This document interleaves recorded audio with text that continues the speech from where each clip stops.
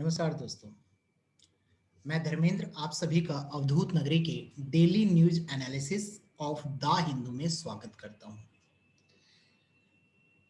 आज डेट है 16 अक्टूबर 2020।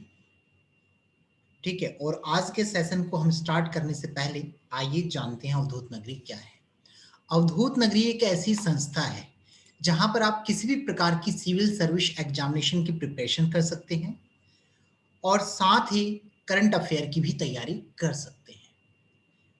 और अधिक जानकारी के लिए आप दिए हुए नंबरों पर हमें कॉल या फिर हमारी वेबसाइट पर विजिट करके भी जानकारी को प्राप्त कर सकते हैं। हमारी क्लासेस को youtube.com पर भी लाइव देखा जा सकता है। तो आइए ज्यादा देर ना करते हुए आज का सेशन शुरू करते हैं।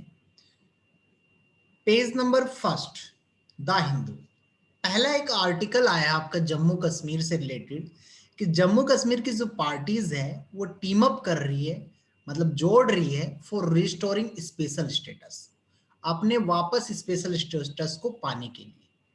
आपको पता है, ठीक है, आर्टिकल 370 जो है वहां से हट गया था। ठीक, जम्मू कश्मीर में अगस्त 4 2019 की बात है ये लगभग। और क्या था मतलब यानी कि उसके बाद आपको पता है कि चीफ मिनिस्टर जी ने वहां पे अनाउंसमेंट भी की थी इस रिगार्डिंग। ठीक है, और पूरा हमारे देश का जो संविधान है अब एक संविधान हो गया है, ये भी आप सब जानते हैं। तो उसी के रिगार्डिंग यहाँ पे एक मैटर आया है कि जो नेशनल कॉन्फ्रेंस एनसी है, उनके प्रेसिडेंट फारूक अब्दुल्ला, याद रखना ये नेम, फारूक अब्दुल्ला, थर्सडे को एक मीटिंग होती है इनकी, ठीक है, और अनाउंस करते हैं एक न्यू ग्रुपिंग की, एक नए ग्रुप की, जिसका नाम रखते हैं people aliens for Gupkar declaration. इसमें क्या कहिए, पार्टीज को कॉम्प्रोमाइज करते हैं कि जो 4 अगस्त को साइन किया गया था पिछले साल, ठीक है, जम्मू कश्मीर में मतलब यानी कि स्टेटस के पाने के लिए 4 अगस्त को जो पिछली बार साइन किया गया था, तो उसके पुराने स्टेटस को पाने आए हैं, ये बताया गया इसमें। इन्होंने बताया कि our motive is to fight for the restoration of the August four 2019 position, जो उससे पहले की पोजीशन थी, हमारा मोटिव है वो वापस प्राप्त करना। It is a constitutional battle, एक संवैधानिक लड़ाई है, ठीक है, कि हमारे राइट्स जो है हमें वापस दिए जाए with the people of JNK, जो जम्मू कश्मीर के लोगों के राइट्स है, जिसमें लद्दाख भी शामिल है। ठीक है, आर्टिकल 370 से पहले जैसे लोग एंजॉय करते थे, डॉक्टर अब्दुल्ला को बताया जा, मतलब यानी कि ये सारी चीजें उनके द्वारा कही गई है। और जो मीटिंग हुई है डॉक्टर अब्दुल्ला के द्वारा गुपकर रोड पे हुई है श्रीनगर में, ठीक है, और काफी डेमोक्रेटिक पार्टी लोगों ने इसमें हिस्सा लिया। प्रेसिडेंट महबूबा मुफ्ती ने भी, people conference chief Shahzad Lone ने भी, और CPI के जो लीडर है MY तारिक अमी भी इनमें साथ थे। तो ये है हमारा फर्स्ट आर्टिकल पेज नंबर 1 से। इसी पेज पर जो अगला आर्टिकल है आपका GST related centre to borrow for states. देखिए क्या कह रहा है, centre to borrow for states. तो यहां पर बताया जा रहा है कि जो सेंटर है वो स्टेट्स के लिए क्या करेगा, बोरो करेगा। और बोरो का मीन्स क्या होता है, उधार लेना या फिर उधार देना, बताइए। बोरो मीन्स है मतलब नहीं कि उधार यहां पर देना, ठीक है। तो उसमें जो मेन है, सीधी सी बात है, क्या चीज बताई गई है वो चीज देख लीजिए। 1.1 लाख करोड़ का, 1.1 लाख करोड़ के रिगार्डिंग, अब ये थोड़ा जूम कर देता हूं ताकि आपको क्लियर दिखे।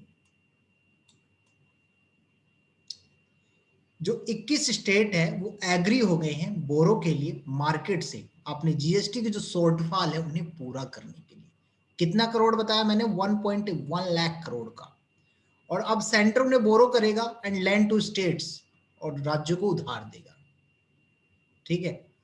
दिस में help lower borrowing cost for state with higher deficit. इससे क्या होगा, राज्यों की जो है वो हेल्प हो जाएगी, ठीक है। तो ये चीज यहां पर एक आर्टिकल आया था जिसमें मतलब मेन जो चीज था आपका ये था, जिससे क्या हो, गवर्नमेंट ने कहा है कि विल पास ऑन फंड्स, मतलब फंड्स को पास किया जाएगा as back to back loans, मतलब जो लोन्स पीछे लिए गए हैं या लोन जो लिए जा रहे हैं उनके रिगार्डिंग सेज गवर्नमेंट ने ऐसी स्टेटमेंट दी है। अगला जो आर्टिकल इसी पेज पर, एक Hathras probe by CBI. Important क्या है आप लोग अच्छे से जानते हैं, सीबीआई, ठीक है। और इसमें इंपॉर्टेंट क्या है कि सीबीआई क्या है, पहले तो आपको ये जानना है, ये आपको खुद सर्च करना है गाइस, काफी बार बताया जा चुका है, ठीक है। सेंट्रल ब्यूरो ऑफ इन्वेस्टिगेशन क्या है, ये कैसे बनती है और इसका हेडक्वार्टर जो है वो कहां है। उम्मीद है कि आप सभी इसका जवाब जरूर देंगे, ठीक है। इसी के बाद जो हमारा अगला आर्टिकल है उसकी तरफ बढ़ते हैं। अगला जो आर्टिकल है इसी पेज पर, जू revives scheme for animal adaptation. एक स्कीम निकाला जा रहा है एनिमल अडॉप्टेशन के रिगार्डिंग। नाम सुना होगा आपने, नंदन कानन, ठीक है।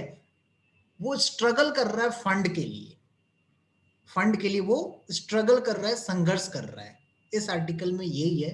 तो जो नंदन कानन आपका जूलॉजिकल पार्क है, जिसे आप एनजेडपी के नाम से भी जानते हैं, जो कि भुवनेश्वर में पड़ता है, इस वक्त काफी ज्यादा कोविड-19 के कारण लॉस पे जा रहा है, और इसलिए उसने एक प्रोग्राम चलाया है, अडॉप्ट एन एनिमल, मतलब पशुओं को गोद लो, ठीक है। मोबिलाइज रिसोर्सेज फॉर एनिमल, ताकि मतलब जानवरों को क्या रिसोर्सेज मिल सके मोबिलाइजेशन के द्वारा। एनजेडपी जो है एक ऐसी लीडिंग जू है देश की, जो मतलब पॉपुलेशन काफी ज्यादा फौना की पॉपुलेशन को और स्पीसीज डाइवर्सिटी के रिगार्डिंग काम करती है, और लगभग 32 लाख फुटफॉल, मतलब 3 साल पहले इसमें 32 लाख का फुटफॉल रिकॉर्ड किया गया था, 32 लाख का, with resources drying up due to the closure more than 6 months। जैसे जैसे रिसोर्सेज खत्म होते जा रहे हैं, मतलब लगभग 6 महीने से, तो एनजेडपी अथॉरिटीज थी, उन्होंने चालू किया अडॉप्ट एन एनिमल प्रोग्राम। बता दिया मैंने इसके बारे में, ठीक है। इसमें क्या है, we have received encouraging response from animal, और इन्हें रेस्पॉन्स भी मिला। ये बता रहे हैं कि जो जानवरों को प्यार करते हैं, पसंद करते हैं, उन्हें रेस्पॉन्स भी मिला, और लगभग 100 से भी ज्यादा ऑर्गेनाइजेशन और इंडिविजुअल्स थे जो आगे आए, किसके लिए, अडॉप्ट करने के लिए एनिमल्स को, जिन्होंने 22 लाख का प्लीजिंग की, ठीक है, उनकी रखवाली के लिए पैसे दिए। और बताया जा रहा है कि एनजेडपी डिप्टी डायरेक्टर बिमला प्रश्न आचार्य सेड, ये जो एनजेडपी के डिप्टी डायरेक्टर है बिमला प्रश्न आचार्य, ये स्टेटमेंट उन्होंने दी है। तो ये आर्टिकल था हमारा एनजेडपी के बारे में, जो कि नंदन कानन है जूलॉजिकल पार्क, जो कि भुवनेश्वर में पड़ता है। इसके ऊपर एक ब्रीफली मैंने आपको आगे भी डिस्क्रिप्शन दी है, वो हम देखेंगे आगे, ठीक है। पहले हम सारे आर्टिकल्स को देख लेते हैं, एडिटोरियल को देख लेते हैं। अगला पेज नंबर 2 की तरफ बढ़ते हैं। इसमें एक आर्टिकल आया आपका कि केजरीवाल ने एक स्कीम, मतलब यानी कि एक कंपैरिजन लॉन्च किया। उस कंपैरिजन में क्या है, किसके रिगार्डिंग है, वो एयर पोल्यूशन लेवल आपको पता है दिल्ली में, ठीक है, यूपी में, गुड़गांव में कंटिन्यू राइज अप कर रहा है, बढ़ रहा है, ग्रो कर रहा है। तो उसी के रिगार्डिंग सीएम ने क्या अपील की है, जो कि दिल्ली के सीएम है हमारे केजरीवाल जी, उन्होंने कहा जब ट्रैफिक सिग्नल पे अगर आप खड़े रहते हो तो क्या करो आप, अगर आप ट्रैफिक सिग्नल पर आप खड़े रहते हो तो आप क्या करो, गाड़ियों को क्या करो, स्विच ऑफ कर दो, ठीक है, गाड़ियों को स्विच ऑफ कर दो। पूरी स्टेटमेंट हम पढ़ते हैं। Mister Kejriwal said there are 1 crore vehicles, 1 crore vehicles है जो कि दिल्ली में रजिस्टर्ड है, जिसमें से 10 lakh turn of their ignition, 10 lakh क्या करते हैं, ट्रैफिक सिग्नल पे अपनी इग्निशन की लाइट जो होती है वो बंद कर देते हैं, और लगभग इससे around 1.5 tonne of PM10 will reduce in year. इससे क्या होगा, अगर बंद कर देते हैं 10 लाख लोग, तो लगभग 1.5 tonne guys, 1.5 tonne, remember it, लगभग 1.5 टन मतलब PM10 का 1.5 टन जो है एक साल में घट जाएगा, ठीक है। और जो PM 2.5 है आपका, वो कितना हो जाएगा, 0.4 टन कम हो जाएगा। तो आप देख सकते हो कितना ज्यादा इफेक्ट पड़ेगा इससे। तो इसके लिए इन्होंने एक कंपेरिजन लॉन्च किया है जिसका नाम जो रखा है किसके अंडर में, युद्ध प्रदूषण के विरुद्ध, युद्ध जो है प्रदूषण के विरुद्ध, ठीक, इस कंपेरिजन को इन्होंने लॉन्च किया है। आगे बढ़ते हैं, 3-4 पे कोई खास इंपॉर्टेंट नहीं है, 5 पे भी नहीं है, 6 अपना आ जाता है एडिटोरियल। तो एडिटोरियल में पहला आर्टिकल जो एडिटोरियल है हमारा, dealing with a deluge, dealing with a deluge, ये एडिटोरियल है। और इस एडिटोरियल में जो आपका डीलिंग विद तो समझते हैं किसी की चीज के साथ डील करना, ठीक है, और डिलग क्या होता है, बाढ़। तो यहां पर इसका मतलब बाढ़ से मतलब डील करना, कैसे डील किया जाए। आपको पता है हैदराबाद में बाढ़ के कारण काफी ज्यादा जो सिचुएशन है बारिश के कारण क्रिटिकल हो चुकी है। तो लगभग उन उन क्षेत्रों से रिलेटेड एक आर्टिकल, ये एडिटोरियल आपका इसमें दिया हुआ है। जैसा कि बताया गया, एज फ्लड स्वैम्प हैदराबाद, कि जो फ्लड है, बाढ़ है, उसने क्या किया है आपका, स्वैम्प कर दिया है हैदराबाद को, दलदल वाला बना दिया। स्वैम्प होता है दलदल वाला, हैदराबाद को दलदलीय क्षेत्र बना दिया है। और फिर उसके बाद इससे क्या, सारा जो फोकस है वो जा रहा है वहां के ड्रेनेज इंफ्रास्ट्रक्चर। अब ड्रेनेज इंफ्रास्ट्रक्चर क्या है, क्या होता है ड्रेनेज भाई, मतलब एक ऐसी व्यवस्था होती है, ठीक है, जो आपके मतलब ड्रेनेज सिस्टम लगे रहते हैं जिसमें बारिश अगर होता है तो वो पानी सारा रिस्क चला कहाँ चला जाता है, उसके अंदर चला जाता है, जिसके द्वारा वो धरती के अंदर या फिर जहां भी रिजर्वेशन के द्वारा वो करते हैं कलेक्ट, वहां वो पहुंच जाता है। ठीक है, तो ये बताया गया है, जो इसका सीधा फोकस किस पे जा रहा है, ड्रेनेज इंफ्रास्ट्रक्चर पे। ये इससे क्या साबित होता है, जो ड्रेनेज सिस्टम है वो काफी पुअर है, खराब है, ठीक है, उनका इंफ्रास्ट्रक्चर जो है वो खराब है। ठीक है, तो वो सारी चीजें यहां पर बताई गई है। पढ़ते हम, जैसे flood and deluges like another disaster disproportionality affect the poor. इसके कारण ये सबसे ज्यादा आपको पता है प्रभावित भी कौन हुए, पुअर हुए, गरीब लोग हुए। और जो डिजास्टर मैनेजमेंट एजेंसी है, manage to limit the impact of disaster, उन्होंने मतलब इनके डिजास्टर के इम्पैक्ट को सीमित करने के लिए काफी मैनेज किया है। As many of those marooned a submerged area and flooded house were rescued, काफी उनके द्वारा मतलब यानी कि जो फ्लडेड हाउसेज है उनको रेस्क्यू भी दिया गया है। ठीक है, but the extent of the damage and so a lack of preparation disaster, मतलब यानी कि जो सारा जो डैमेज दिख रहा है आप लोगों को, जो वहां पे नुकसान दिख रहा है, ठीक है, वो एक तरह से हमारे क्या करता है, डिजास्टर मैनेजमेंट, ठीक है, उनकी तरफ भी ध्यान दिलाता है कि वो सही से इस चीज में उनमें कमी है, लैक ऑफ प्रिपरेशन, उनमें तैयारी की कमी है। ठीक है, अगर वो प्रिपेयर होते तो ये सारी चीजें शायद थोड़ी कम होती या इनका मुसीबतों का सामना नहीं करना पड़ता। कह रहा है कि जो लेक और कैनल के अलावा जो वेटलैंड है और जो वाटर शेड है, वो भी पानी के, बरसात के पानी को एब्जॉर्ब करने में काफी महत्वपूर्ण भूमिका निभाते हैं। ठीक है, देखिए क्या बताया गया है, एक मिनट गाइज,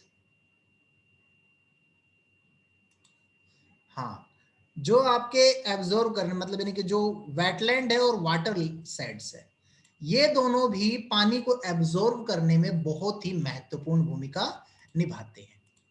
ठीक है, तो कहा जा रहा है, but regrettably rapid urbanization in the twin cities has resulted in the loss of large portions of the wetland।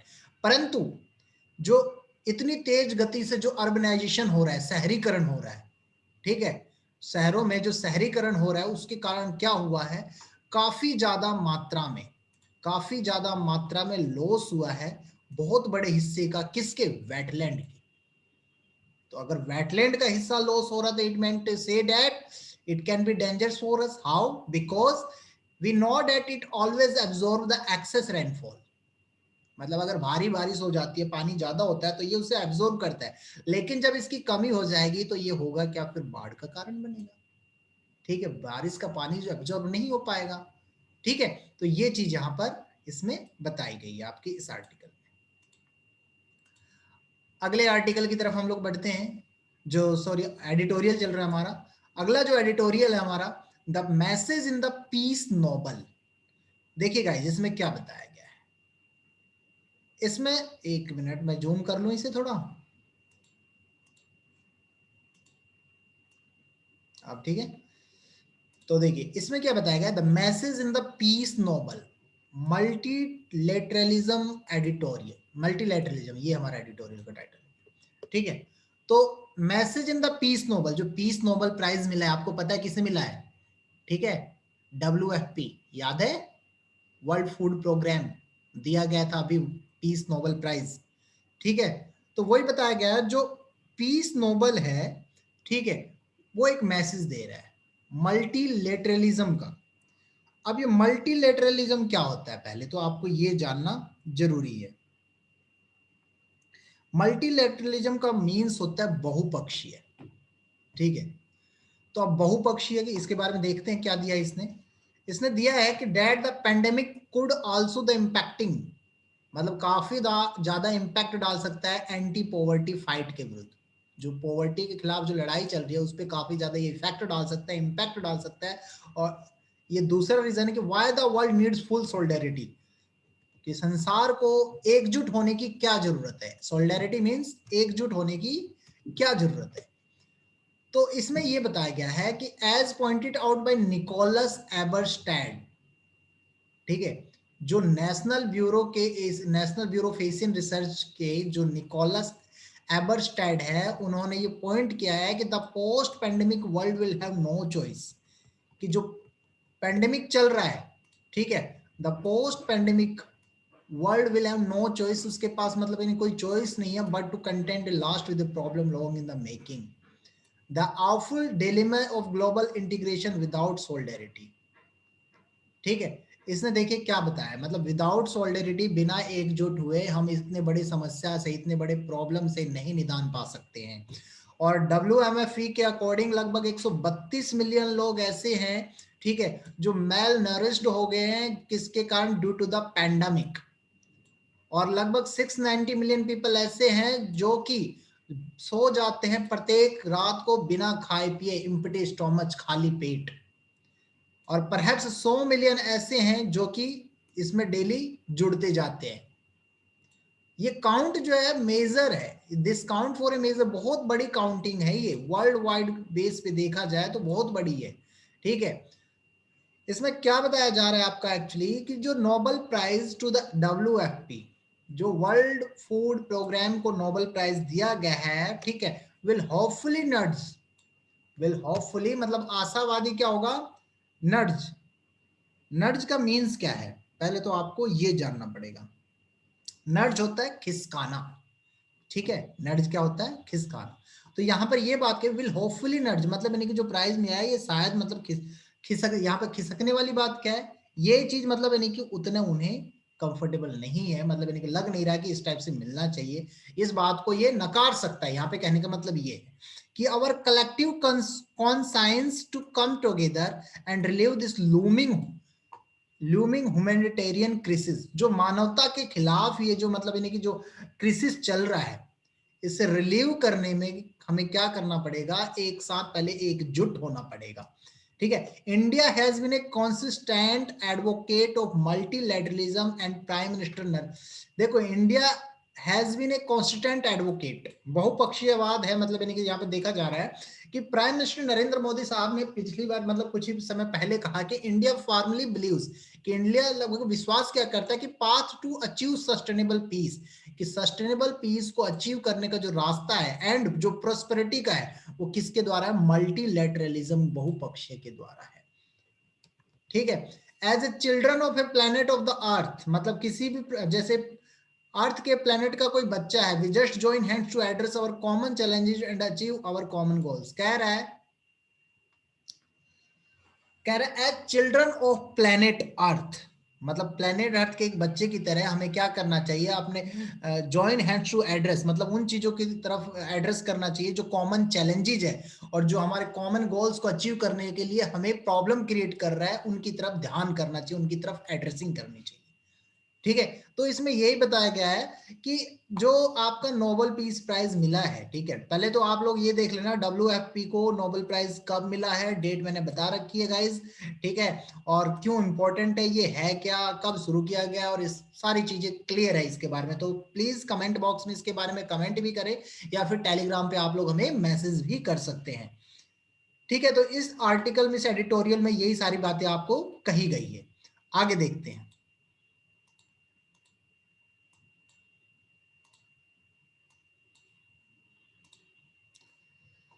अगला जो एडिटोरियल है हमारा, the road to zero hunger by 2030।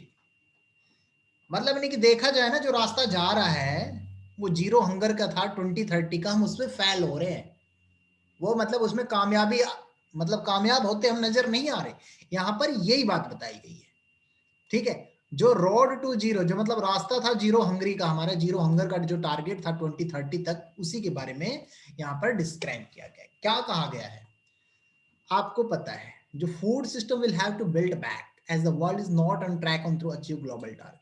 मतलब जो फूड सिस्टम है या जो खाने की बात हो रही है, इस क्रिसिस के दौरान पे, इस पैंडेमिक के दौरान पे हुआ क्या, काफी लोग ऐसे हैं जिन्हें खाना नहीं मिल पाया, काफी लोग ऐसे हैं जो खाली पेट सो गए, काफी लोग ऐसे जो भूख के मारे मर गए, ठीक है।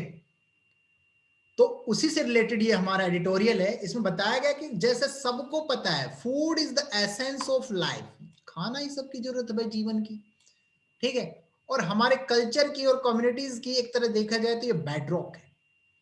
और अगर ये शक्तिशाली होता है, इट कैन बी पावरफुल, ये शक्तिशाली हो सकता है, मीन्स इसका मतलब क्या हुआ, bring people together to grow. मतलब लोगों को एक साथ लाना ताकि वो आगे बढ़ सके, उनका पोषण हो सके और प्लेनेट पर अपना जीवन यापन कर सके, ठीक है। 2020 के अंदर आपको पता है एक कृषि जो कि पैंडेमिक हमारा कोविड-19 चल रहा है, जिसने काफी ज्यादा लिविंगहुड, एग्रीकल्चर, लिवलीहुड और प्लस फूड सिक्योरिटी पे काफी ज्यादा इंपैक्ट डाला है। जिसके कारण हुआ क्या है, लगभग 690 मिलियन पीपल को, संसार के 690 मिलियन पीपल को इस क्राइसिस का सामना करना पड़ा है, और फूड क्राइसिस भी उनके सामने एक आपदा बनकर आई है। There is much to be done, काफी कुछ करने की जरूरत है दोस्तों। While we can all be proud of the progress we have made, लिखा है इसने वाइल वी कैन, जबकि हम कर सकते हैं all be proud of progress, इन सारी चीजों को उन्नति करने के लिए, मतलब वी हैव मेड जो हमने बनाया है। फॉर इंस्टेंट, जल्दी से एग्रीकल्चर प्रोडक्टिविटी उन्हें बढ़ाने के लिए, कृषि के उत्पादन बढ़ाने के लिए, has improved significantly in research. जैसा कि हमने देखा पुराने टाइम में हमने काफी ज्यादा प्रोग्रेस की है, ठीक है, एग्रीकल्चर प्रोडक्टिविटी भी बढ़ाया है, ठीक। तो लेकिन सैडली बात यह है कि more than 2 billion people globally still lack access to sufficient, कि बताया जा रहा है लगभग 2 बिलियन पीपल ऐसे हैं, फिर भी देखो एग्रीकल्चर प्रोडक्शन बढ़ा है हमारा, ठीक है, नाम आता है इंडिया का, लेकिन फिर भी पूरे देश की अगर बात की जाए तो 2 बिलियन पीपल कम से कम ऐसे हैं जिन्हें सफिशिएंट न्यूट्रिएंट्स वाला खाना नहीं मिल पाता, सही खाना नहीं मिल पाता, पोषण वाला, ठीक है। और जिसके कारण हमें ऐसा प्रतीत हो रहा है कि जो हमारा प्रोजेक्शन है, जो टारगेट है, जो अचीव करने का जीरो हंगर का 2030 तक, वो पूरा नहीं हो पाएगा,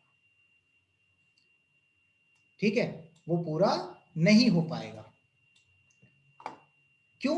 रीजन आप सबको पता है, कोविड-19 के दौरान में जो लॉकडाउन हुआ, और जो FAO या IFAD और जो WFP है, इसने काम किया गवर्नमेंट इंडिया को एम्पावर्ड करने के लिए, सपोर्ट करने के लिए, उन्हें कोऑर्डिनेट किया, सप्लाई चेन को बनाए रखने में भी इन्होंने काफी साथ दिया।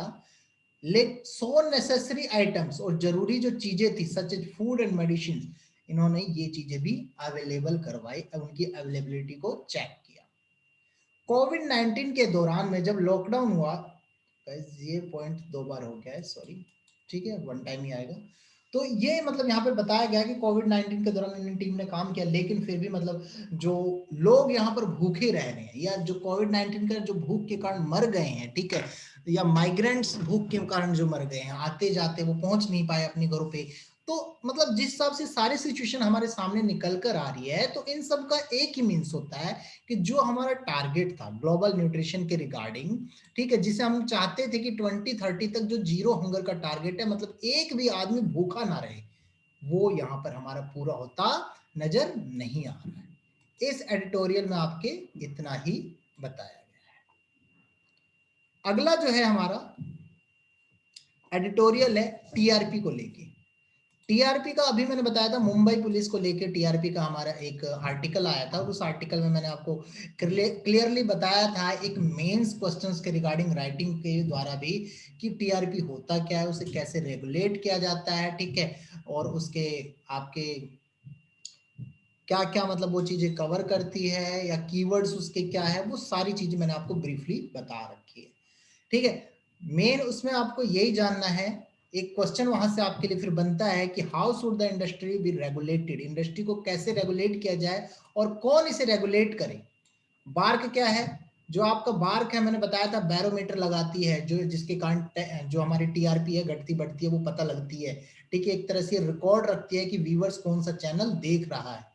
ठीक है, तो उसी के रिगार्डिंग जो आपका जो एक तरह से मतलब फ्रॉड का केस जो चल रहा था कि भाई धोखाधड़ी के द्वारा इन्होंने अपनी टीआरपी बढ़ा ली है। ठीक है, तो उसी पे रिपब्लिक जो चैनल वाले हैं उसी पे ये सारी चीजें आए और कंटिन्यू न्यूज में भी आ रहा है। तो वहीं से एक क्वेश्चन भी उठ गया आपके लिए कि कौन इसे इंडस्ट्री को कैसे रेगुलेट करना चाहिए और कौन करेगा इन्हें रेगुलेट।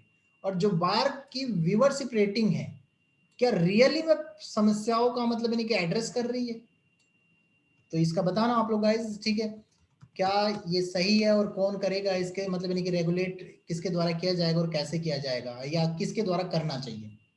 अगला जो एडिटोरियल है हमारा, इंपॉर्टेंस ऑफ बिल्डिंग ट्रस्ट, विश्वास बनाने के बारे में है कि विश्वास की बिल्डिंग जो है बनानी चाहिए, ये सबसे महत्वपूर्ण है। ये किसके रिगार्डिंग कहा गया है कि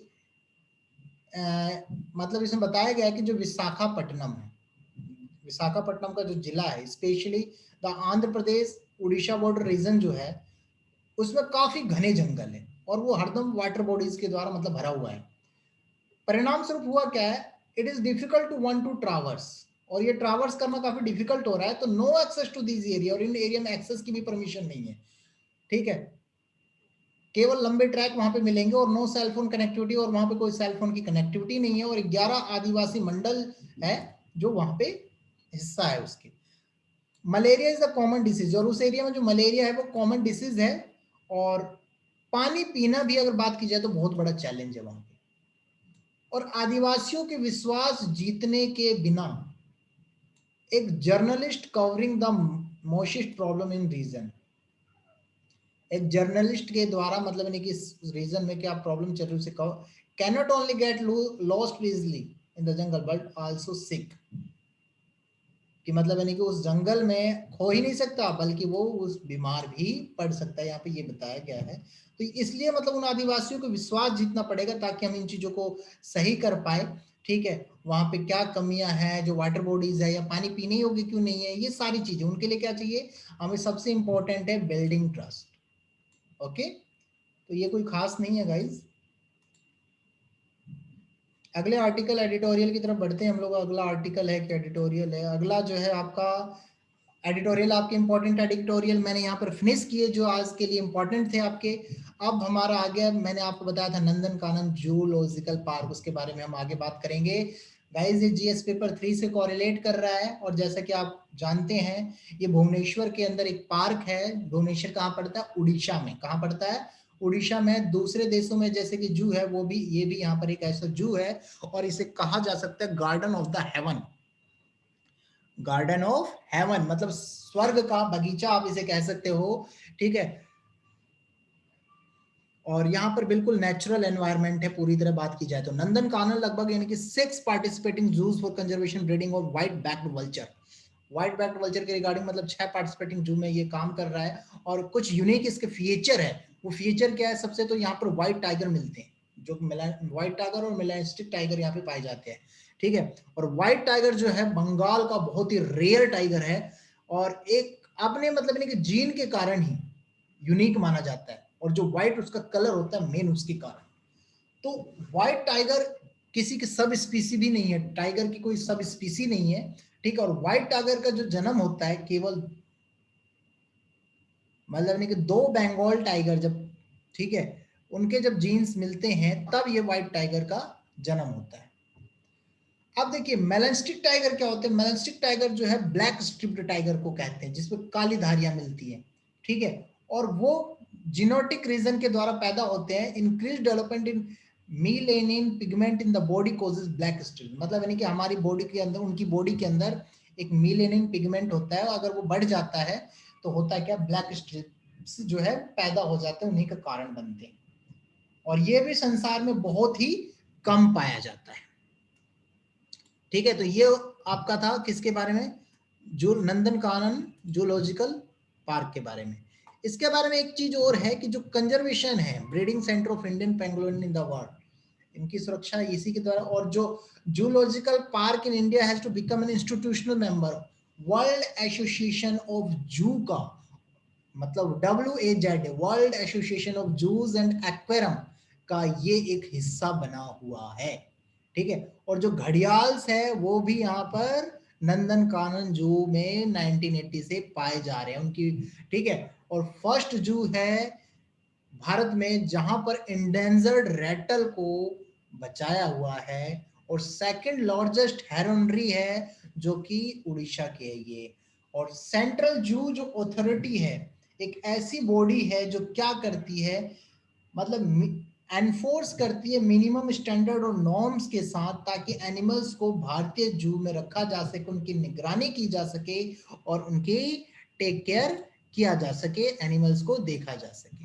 juice are regulated as per the provision of wild life, और जूस को रेगुलेट कैसे किया जाता है, वाइल्ड लाइफ प्रोटेक्शन एक्ट 1972 के तहत, और गाइड किए जाते हैं किसके हिसाब से, नेशनल जू पॉलिसी 1992। अमेंड हुआ था 1991 सेंट्रल जू अथॉरिटी जब बनी थी। ठीक है, तो ये हो गया आपका नंदन कानन पार्क से रिलेटेड कुछ चीजें। अगले आर्टिकल की तरफ हम बढ़ते हैं। आर्टिकल क्या, आर्टिकल भी खत्म हो गए हमारे। अब कुछ बातें हैं न्यूज एट द ग्लैंस जो कि आपके लिए इंपॉर्टेंट है। ठीक है, पहला है CV awards for women in business. Business के रिगार्डिंग एक अवार्ड्स दिया गया है, अवार्ड्स की बातें चल रही है वुमेन्स को लेकर। मिसेस सीमा गुप्ता, जो कि सीमा गुप्ता, ठीक है याद रखिए ये नाम। सीमा गुप्ता कौन है, director of power Grid corporation of India limited. इसके डायरेक्टर जो है उन्होंने एक विनर ऑफ गोल्ड स्टीवी इनाम जो है अवार्ड को नेम किया है, ये मतलब नेमिंग की एक अवार्ड की, और किसके regarding, life time achievement in business. ठीक है, और 17वां स्टेवी अवार्ड था जो कि एक औरत के लिए गया व्यापार में ही। ठीक है, ये भी याद करें, 17th अवार्ड था ये। Okay, 17th annual Stevie award. Important info एक चीज आता है कि Power Grid Corporation, power grid actually होता क्या है। पावर ग्रिड जो है संसार का, मतलब संसार का नहीं कह सकते, जो सबसे बड़ा पावर ट्रांसमिशन कंपनी है। ठीक है, जो कि कहां पे, महाराष्ट्र, CPS महाराष्ट्र में है, और CPSE under the administrative control of, और किसके अंडर में, control of Ministry of Power, मतलब Ministry of Power Government of India और Central Transmission Utility of India के अंडर में ये काम करती है। एक है इंटरनेशनल सोलर एलियंस, मतलब तीसरी असेंबली हुई इंटरनेशनल सोलर एलियंस को लेके, जो कि अटेंड किया गया 34 ISI मेंबर मिनिस्टर के द्वारा। ठीक है, याद रखें। जोजिला ट्यूनल, ये जोजिला ट्यूनल क्या है, जो कि आपका यूनियन रोड ट्रांसपोर्ट, और जो कि आपका यूनियन रोड ट्रांसपोर्ट, ठीक है, विल इनिशिएट सिमुलटेनियस ब्लास्टिंग, ठीक है, फॉर जोजिला टनल, मतलब यानी कि जोजिला टनल को लेकर ब्लास्ट करने के लेकर, मतलब वो इनिशिएट करने वाले हैं, जो कि कहाँ है, जम्मू और कश्मीर में। तो यही जोजिला टनल के बारे में एक न्यूज है। ठीक है, अगला जो है हमारा दीन दयाल अंत्योदय योजना। दीन दयाल अंत्योदय योजना क्या है एक्चुअली, द यूनियन कैबिनेट ने एक अप्रूव किया है स्पेशल पैकेज को, लगभग जो 520 करोड़ का है, यूटी जेके के, मतलब जम्मू कश्मीर के यूटीज के रिगार्डिंग। ठीक है, और लद्दाख के लिए लगभग 5 सालों के लिए, 23 से 24 तक लगभग जाता है, 20 से 24 बात कर सकते हैं आप लोग। अंडर द दीन दयाल अंतर योजना नेशनल रूरल, ठीक है, इसका मेन मिशन क्या है, जो मेन मिशन है नेशनल रूरल लिवलीहुड्स। ठीक है, लिवलीहुड्स के रिगार्डिंग इसका मिशन रखा गया है। और अगला जो हमारा टॉपिक है, international day of rural women. कल का जो दिन था गाइस, वो हमारा एक इंटरनेशनल डे था रूरल वुमेन के लिए, जो कि 15 अक्टूबर 2020 को सेलिब्रेट किया गया था। ठीक है, अगला है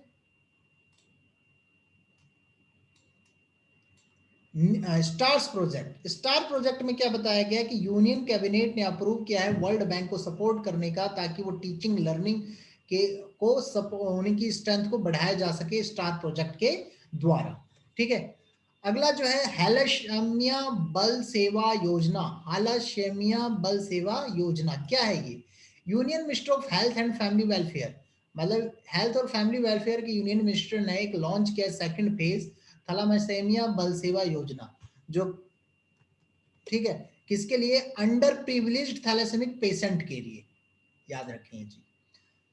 आगे है नगरनार स्टील प्लांट, एनएसपी के बारे में है कि यूनियन कैबिनेट ने मतलब अपने सिद्धांतों में कहा है और अप्रूवल दी है नगरनार स्टील प्लांट को नेशनल मिनरल डेवलपमेंट कॉर्पोरेशन के द्वारा और strategic disinvestment of the demerge company by selling entire government of India stake it, मतलब यानी कि इसे स्ट्रेटेजिक बायर को, ठीक है, दिया जा सकता है और एंटायर गवर्नमेंट के सेल, मतलब बाय सेलिंग एंटायर गवर्नमेंट, जो कि एंटायर गवर्नमेंट के द्वारा सेल किया, मतलब एक चीज है, एक प्लांट को कोई यहाँ पे नगरनार स्टील प्लांट है एनएसपी, उसे एक नेशनल मिनरल डेवलपमेंट कॉर्पोरेशन ने एक आपको अप्रूवल दी है, कुछ प्रिंसिपल्स है, उस प्रिंसिपल के रिगार्डिंग अप्रूवल दी है, ये चीज है मेन, ठीक है।